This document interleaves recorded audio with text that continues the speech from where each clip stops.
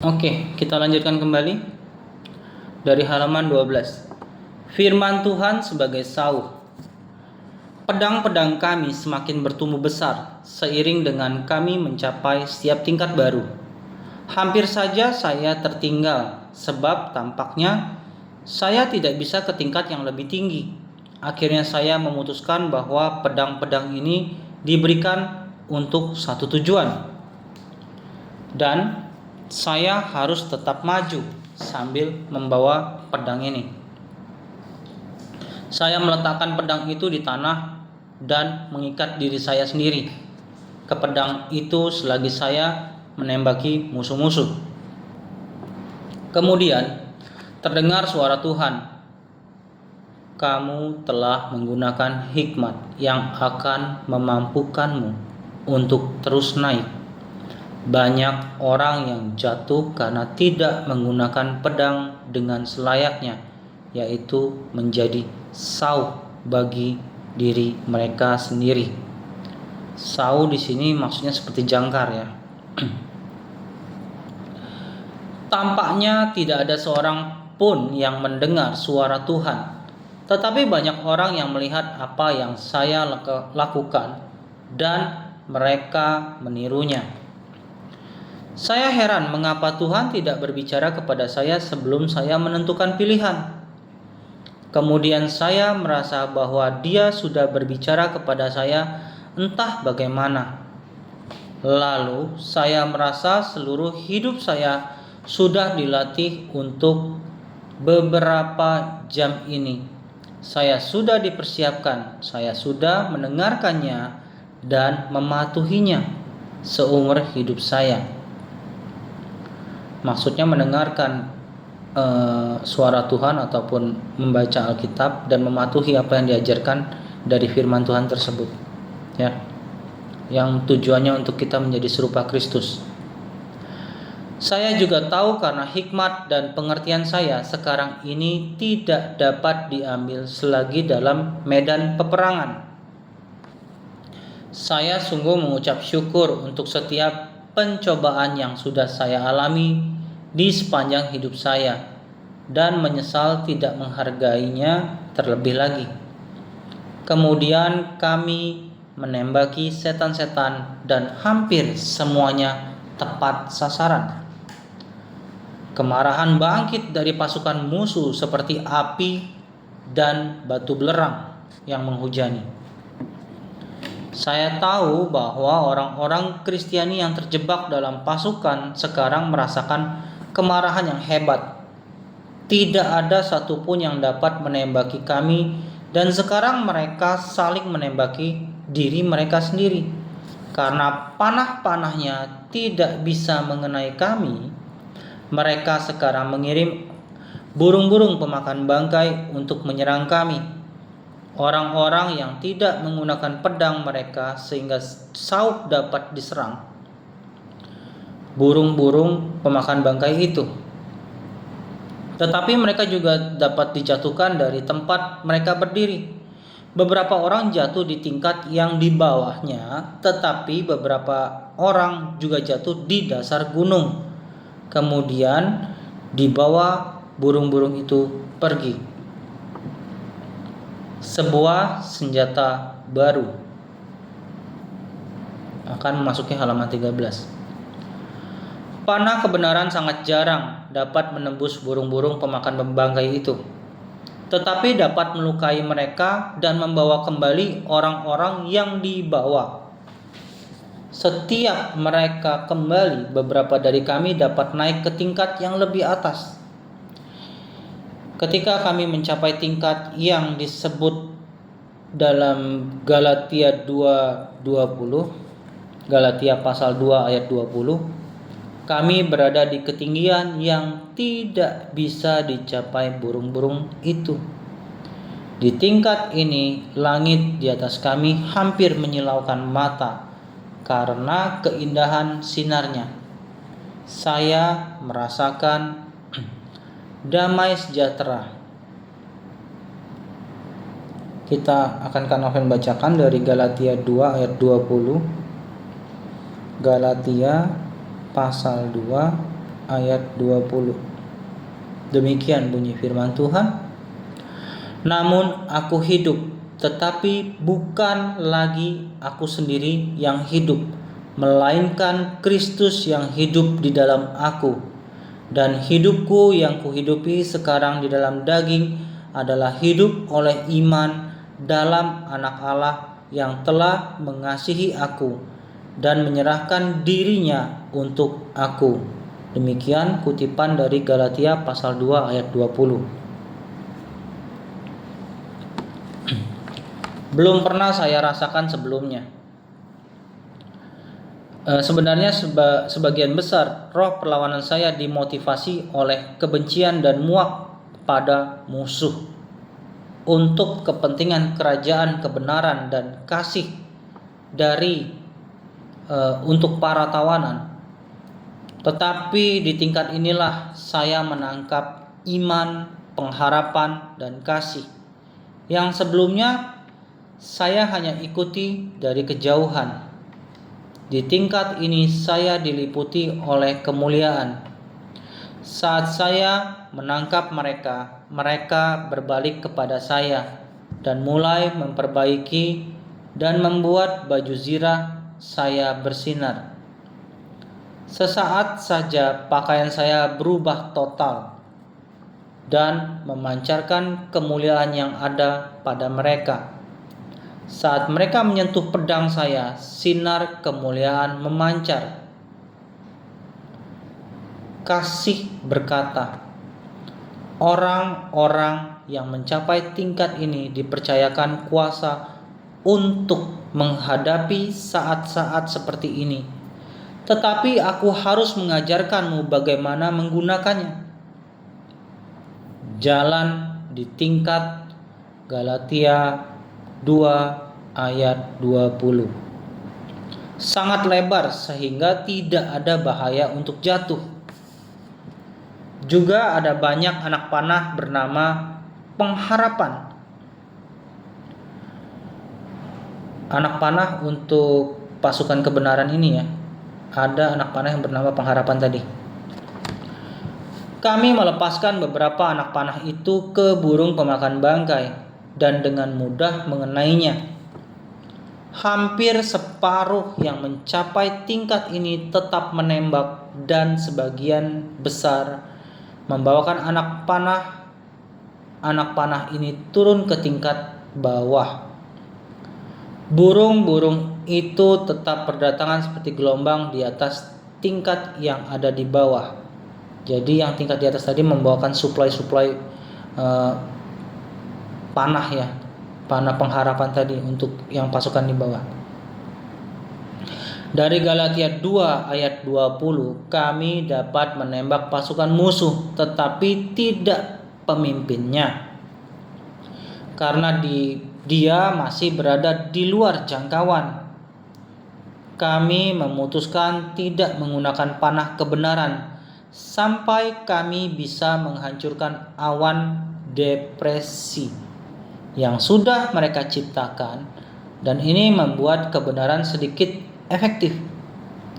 Hal ini memerlukan waktu yang cukup lama, tetapi kami tidak pernah merasa lelah.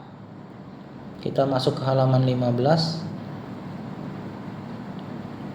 Iman, pengharapan, dan kasih bertambah besar seperti senjata kami, sehingga setiap orang yang jauh dari medan pertempuran dapat melihatnya.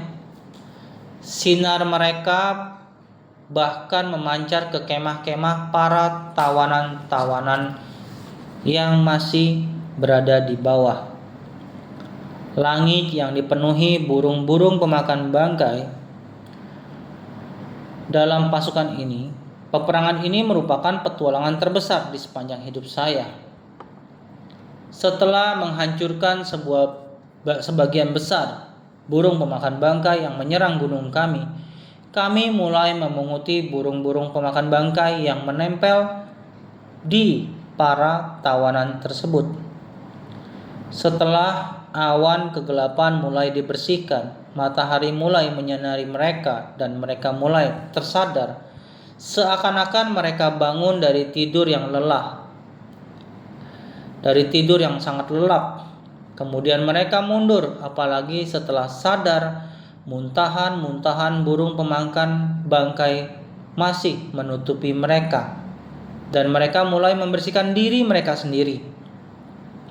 Saat mereka mulai memegang iman, pengharapan, dan kasih, mereka melihat gunung tempat kami berada dan mulai berlari mendekat.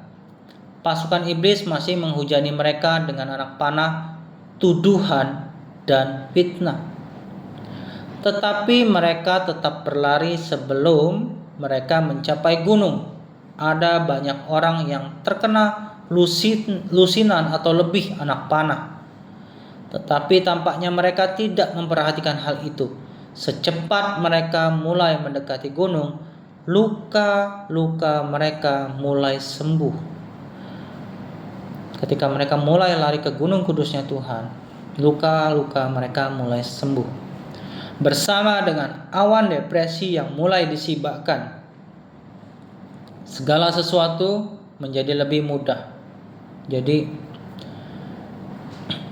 kita mesti ngerti bahwa semakin kita mau mendekat kepada Allah, semakin kita disembuhkan, dipulihkan. Baik itu secara luka-luka, depresi yang kita alami, apapun itu. Jebakan akan memasuki halaman 16, masih di halaman 15. Para tawanan yang terdahulu sangat bersuka cita atas keselamatan mereka sangat menghargai setiap tingkat gunung yang mereka naiki, dan kami sangat menghargai kebenaran itu. Dengan cepat kekuatan para tawanan untuk melawan musuh bangkit. Mereka memakai baju zirah yang sudah tersedia dan meminta untuk diizinkan kembali melawan musuh. Kami memikirkan hal tersebut, tetapi kemudian kami putuskan untuk tetap tinggal di gunung dan melawan musuh. Sekali lagi Tuhan berfirman, "Sudah yang kedua kali engkau memilih hikmat. Engkau tidak akan menang di tempat musuh, tetapi engkau harus tinggal di gunung kudusku." Saya terkejut. Kami sudah membuat keputusan lain hanya dengan berpikir dan membicarakannya dengan singkat. Kemudian saya memutuskan yang terbaik adalah tidak membuat keputusan sebelum berdoa. Dengan cepat, hikmat ada pada saya. Memegang kedua lengan saya dengan kuat dan memandang mata saya serta berkata, "Engkau harus melakukan ini." Kemudian saya melihat, sekalipun saya berada di tempat yang luas, di Galatia 2 ayat 20 tadi, tetapi saya dapat pergi ke bagian pinggirnya tanpa saya ketahui dan dapat dengan mudah terjatuh. Saya menatap mata hikmat dan dia berkata dengan serius, "Kalau engkau menyangka bahwa engkau teguh berdiri, hati-hatilah supaya engkau jangan jatuh. Di dunia ini engkau dapat jatuh dari tingkat manapun." Ular. Untuk waktu yang lama kami terus membinasakan burung-burung pemakan bangkai dan menembaki setiap setan yang menunggangi orang-orang Kristiani. Kami menemukan bahwa panah-panah dari kebenaran yang berbeda-beda mempunyai efek yang berbeda dari setan yang berbeda pula. Jadi ketika panah-panah itu punya fungsi berbeda untuk jenis setan yang berbeda. Kami tahu bahwa hal ini akan menjadi pertempuran yang panjang. Tetapi sekarang kami tidak bisa santai dan kami sudah melewati tingkat kesabaran.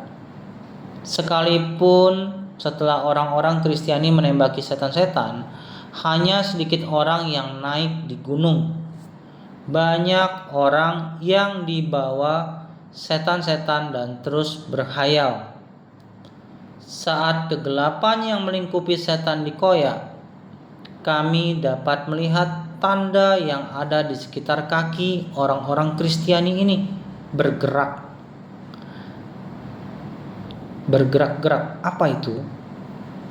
Kemudian saya melihat ternyata kaki-kaki mereka diikat ular yang bernama malu. Kami menembakkan anak panah kebenaran ke ular-ular itu, tetapi hanya sedikit yang terkena. Kemudian kami kembali mencoba menembakkan anak panah pengharapan, tetapi juga tanpa hasil. Dari Galatia ayat 20, sangatlah mudah untuk mencapai tingkat yang lebih tinggi.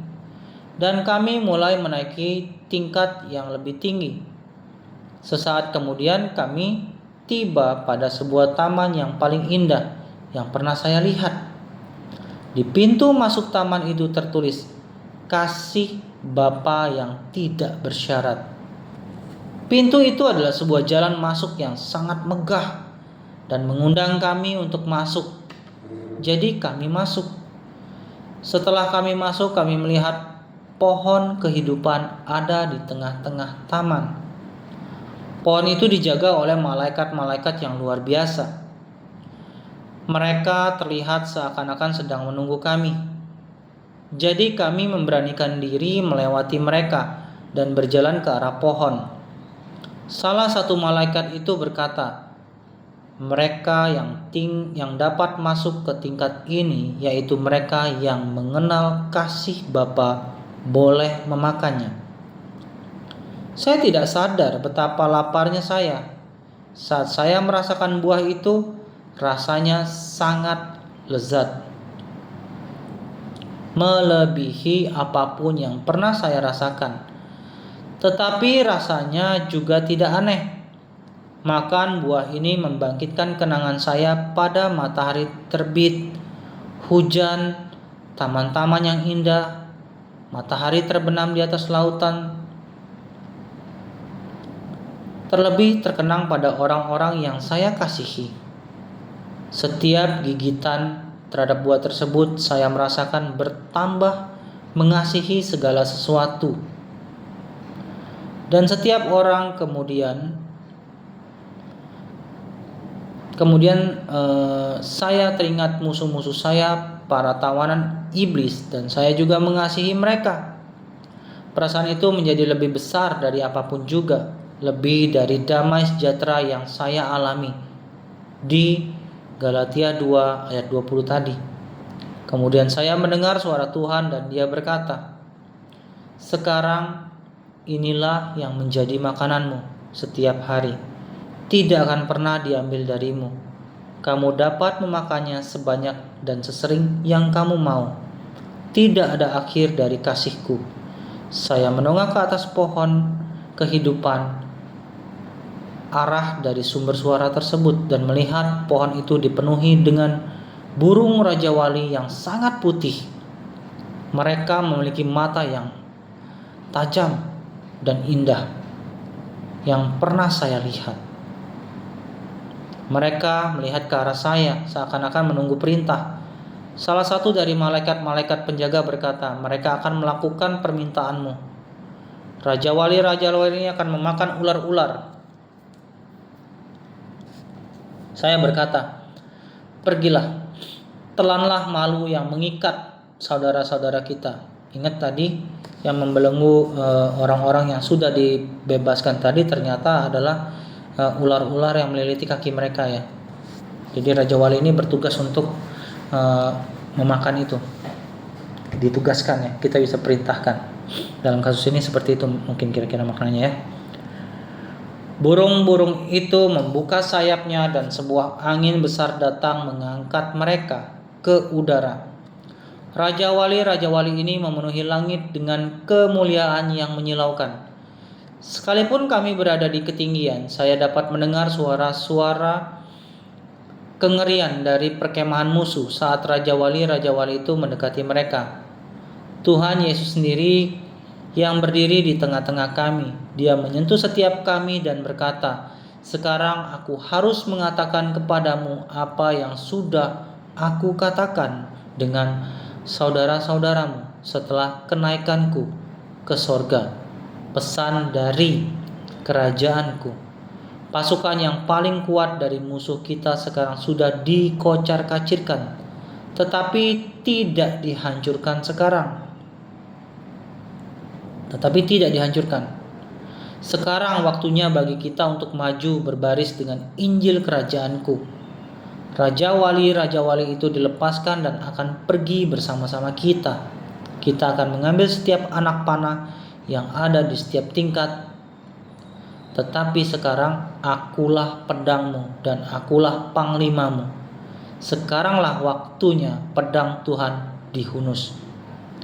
Saya menoleh dan melihat seluruh pasukan Tuhan berdiri di taman. Ada banyak laki-laki, perempuan, dan anak-anak dari segala bangsa dan segala suku. Masing-masing membawa panji yang digerakkan angin dengan kesatuan yang sempurna. Saya tahu bahwa tidak ada seperti yang ini yang pernah saya lihat di bumi. Saya tahu bahwa musuh-musuh mempunyai pasukan yang semakin bertambah banyak dan benteng-bentengnya ada di seluruh bumi. Tetapi tidak ada seorang pun yang dapat berdiri di depan pasukan yang sangat besar ini. Saya berbisik, "Ini pasti harinya Tuhan." Sekumpulan besar pasukan ini menjawab dengan suara yang menggelegar, "Harinya Tuhan sudah datang." Kami berdiri di taman Tuhan, di bawah pohon kehidupan. Tampaknya seluruh pasukan ada di situ dan berlutut di depan Tuhan Yesus. Dia baru saja memberikan kekuatan bagi kami untuk kembali ke medan pertempuran dan membebaskan saudara-saudara kami yang masih terikat oleh musuh, dan untuk dunia yang masih dikasihinya. Sungguh perintah yang luar biasa dan menyedihkan. Sangat luar biasa karena perintah ini berasal dari Tuhan itu sendiri. Sangat menyedihkan karena kami harus meninggalkan hadiratnya dan tamannya yang sangat indah, yang pernah saya lihat ini, dan meninggalkan semua ini untuk kembali ke medan pertempuran. Tuhan meneruskan perintahnya. "Aku sudah memberikan kasih karunia dan kekuatan rohani. Pemahamanmu akan firman dan kerajaanku akan bertambah-tambah.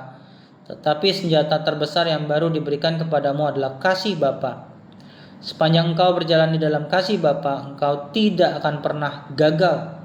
Buah dari pohon kehidupan adalah kasih Bapa yang dinyatakan dalamku, dalam Kristus. Kasih yang ada dalamku harus menjadi makananmu sehari-hari." Ketampanan Tuhan tidaklah seperti yang kita bayangkan. Sungguh dahsyat. Saat Dia bergerak dan berbicara membuat Dia menjadi pribadi yang paling menarik yang pernah saya lihat. Dia ada di luar definisi manusia dalam martabat dan keanggunannya. Tidak ada gambar atau lukisan yang pernah menggambarkan Dia seperti yang saya lihat. Tetapi kebanyakan lukisan-lukisan itu mirip Dia. Saya mulai berpikir bahwa Dia adalah segala sesuatu tentang kasih Bapa dan mulia. Dia benar-benar penuh keanggunan dan kebenaran. Ketika saya memakan buah dari pohon kehidupan, pikiran-pikiran tentang yang baik-baik memenuhi jiwa saya. Saat Yesus berbicara, hal yang sama terjadi. Saya tidak akan pernah mau meninggalkan tempat ini. Saya teringat bagaimana saya pernah berpikir alangkah membosankannya untuk para malaikat-malaikat itu tidak mengerjakan apapun tetapi hanya menyembah Dia di depan tahtanya. Sekarang saya tahu bahwa tidak ada sesuatu pun yang melebihi apapun daripada menyembah Dia. Hal itu tentu saja bagian yang paling baik di surga. Sangat sukar dipercayai bahwa saya berjuang melawan kebosanan selama pelayanan penyembahan. Saya tahu bahwa itu karena saya waktu itu berada di luar jangkauan kenyataan yang daripada Allah Bapa sendiri. Sampai sini dulu, nanti kita akan membahas tentang menyembah dalam roh dan kebenaran di page 20. Tuhan Yesus memberkati.